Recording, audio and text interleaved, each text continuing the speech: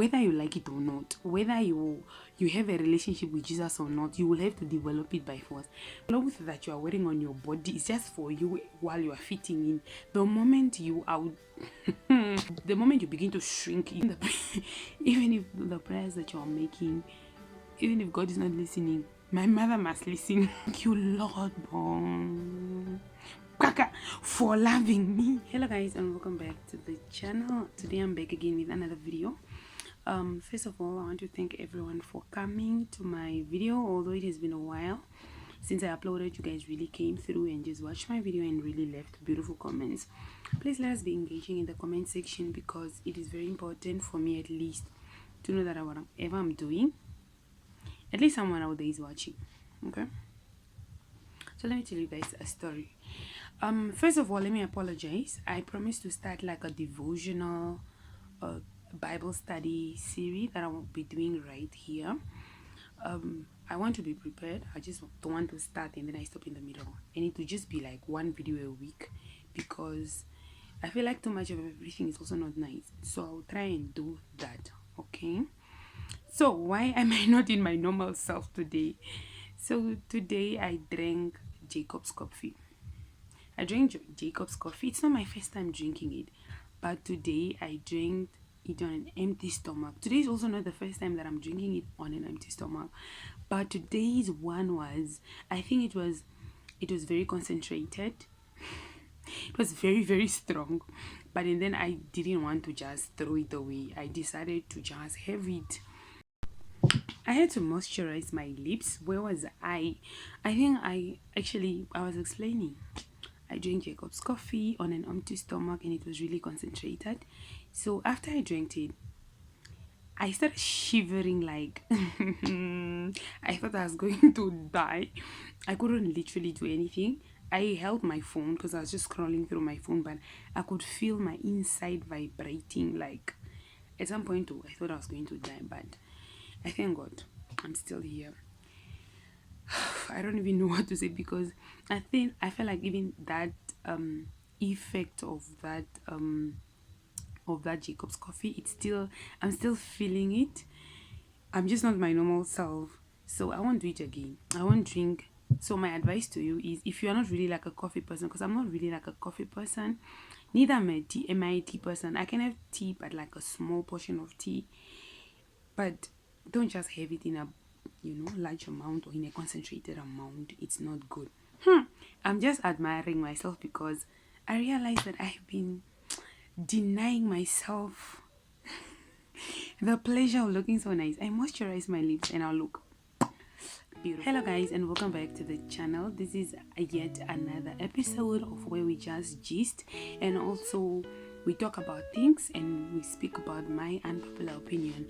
I want to actually quote this and say, disclaimer, whatever I say on these videos, these are my experiences, these are things, this is how I view them. If you have a different perspective of things concerning what I'm talking about, please do share it in the comment section respectively. I don't know whether I'm saying it the right English word, but I think I am. Share it in the comment section respectively. And thank you for coming to my channel. My name is Charity, and this is Life with Charity, where Charity just documents her life and speak her mind. Okay, in today's video I want to talk about growing up in an African home. With my mom, I never felt like we were just born two. So my mom is a family person. It's always it's always the cousins, and the uncle's kids, the brother's kids, the auntie. My mother is a family person, so I never really felt like we were just born two, because the house was always full, right? So now, growing up with all these people, we were never treated like, you never got that special treatment. You never got that, when there's, let's say, a shoe that is trending, you will not get it, because she needs to make sure that she's catering for you, she's catering for everyone else and for herself as well. And she was like literally the breadwinner. So what am I trying to say? What I'm trying to say is, it was not the best. Actually, sometimes I actually just felt like, you can just send them back and then we live the best life that we can ever live because we can literally afford. So what lesson am I trying to bring up today? Parents have a tendency of depriving their children the honor of feeling at home, just to make sure that they cater for the whole family. I feel like as a parent, in those decisions that you are making to accommodate family members, do also ask your children. I know us as children, we don't have the ultimate answer to say, don't bring woo because it's not our houses, right? We are not the ones that buy electricity, we are not the one that buy food, we are not the one that provide anything in the house. But at the end of the day, we are your children. I feel like it's a responsibility of the parents to make sure that we, your children, are comfortable. In as much as you are catering for the whole extended family, your children should also be comfortable. So it makes it a bit hard because you can also express yourself, because even in the house, because you are the child of the house, most of the things that are gone wrong, so that the parent does not look like she's very unfair, she has to blame it on the child, like on her own child, like, yeah, you are the one that is not doing this, you are the one that is not doing this. If you are a mother, you are studying your family, make sure that your children are concerned. Make sure that above all else, your children are more comfortable than any other. Because the truth of the matter is, your children will always be there. You can raise other people's children, but at the end of the day, they will go back to their parents. They will look at, some children will look at you, but they won't look at you as your own children will look at you or like take care of you. So I feel like it's more nice when you just take care of your children, give your children the privilege to feel like they are in their own space. Guys, I'm not lying. I remember I had not like random visits from cousins, but I had cousins that would randomly just show up in our house. I say random because I was not aware, but my mom or like my parents knew that this cousin is coming over. And imagine when they come over, they share with you everything. They share with you your bed, they share with you your lotion that you didn't even plan to share with anyone. Some people, when they hear you speaking about this thing, they will say you are selfish, you don't want to share with other people. It's not like I don't want to share with other people. I'll feel more comfortable if I know that I'm in a state where I need to help someone, but I'm aware that, okay, this person is coming in my space, I need to accommodate them. But and then I just feel like it is not fair to me for cousins and uncles to just show up at my house. I'm not even aware that, I'm not eating my normal portion today because cousin came at the wrong time and they were not even part of the dinner portion. To understand, growing up in an African home it has its advantages and its disadvantages. The first one is the fact that, you don't really get to have a say of who to, if let's say you have visitors, you have no final say to say, please, today I don't want to see family members. No, my dear. If your parents decide that, you know what, your uncle and the wife and the children are coming over for a month, what you will do is you just see them. In fact, if you get an advance notification, you are blessed. Otherwise, the next thing you will see is you'll be told your uncle is at the bus station or your aunt is at the bus station. Please make sure you make enough room for them. Make sure you clean up your room well.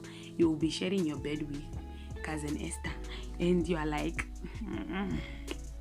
but and then being a child, and also it's family, bamboo household, you consider everyone that is family, they are close to you. The idea of when we grew up in such a way that we grew up in an extended family. Let's say you grew up in the village where it's you, your cousins. So sometimes it's possible for you to stay in a house with, let's say, 15 people in that house. So some of you, let's say you are 11 years old, so you are growing taller. So when you are growing taller or growing fatter, you have to give your clothes to the younger one, because it's what is done. The clothes that you are no longer fitting, even if you like them, you need to you give it away. So for me, I don't actually like the idea, because there are certain clothes, when I look in the album, when I look in those old pictures, which I wish I had this clothes so I give it to my future children. Of course, no, we were forced to give it to our our siblings or our cousins, and our it's just something that it's usually done in an African normal Namibian household. You just know that the clothes that you are wearing on your body is just for you while you are fitting in. The moment you out the moment your size begin to increase, or the moment the moment you begin to shrink, you give it to your sister, to your cousin, you give it to your aunt, and whatever. Okay, another thing that I actually noticed growing up in an extended African background home is that we used to do devotion. They make sure that they install all those godly values in you. Like, I remember back in the village, we do night devotion, and we were a lot in the house, right? So you have a timetable to say church is reading for us Bible on Monday, and she must pray.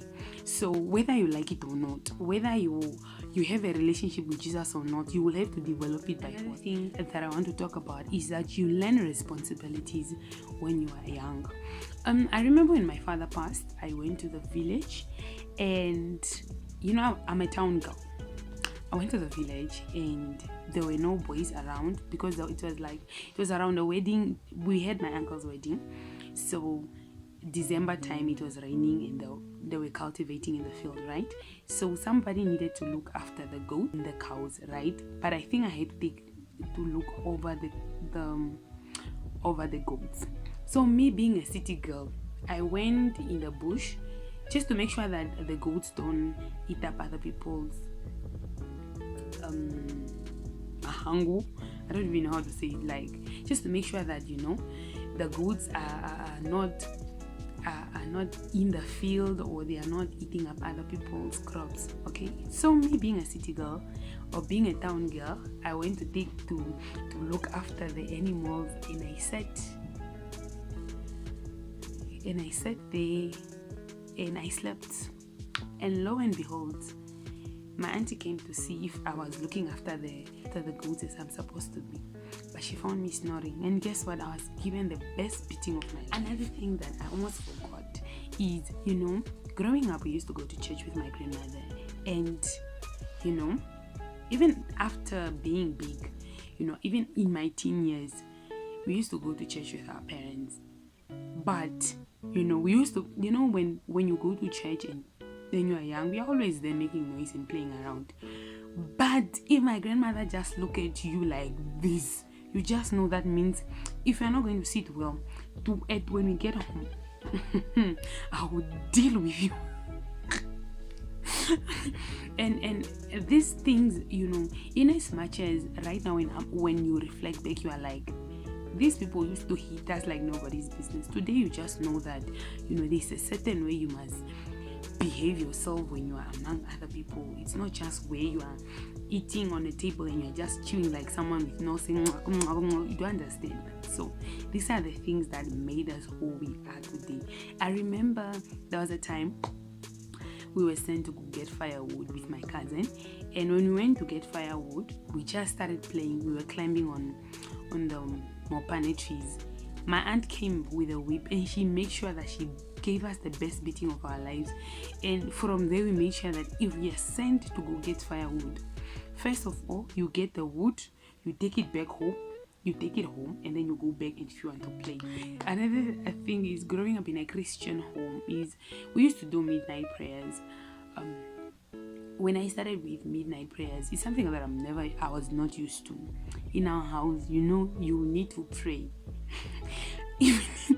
even if the prayers that you are making, even if God is not listening, my mother must listen. My mother must listen. You start praying. When you start, Father, in the name of Jesus, she will knock sense in your head, or she will knock the prayer point in your head. I thank you, Lord. for loving me. You understand? So when you kind of reflect back, these are just things that you feel like, that was unnecessary. We received unnecessary beatings, but it made us who we are today. Okay, so just tell me in the comment section, what are those things that you guys used to do that you know that it's if you are caught doing this, you've been crumpled. Like, anyways, I think in this video I'm just going all over the. Thank you so much everyone for watching this video. Thank you for considering to listen to my nonsense, although they say in every nonsense there's always sense. Thank you so much, and yeah, see you guys in my next video. Bye bye.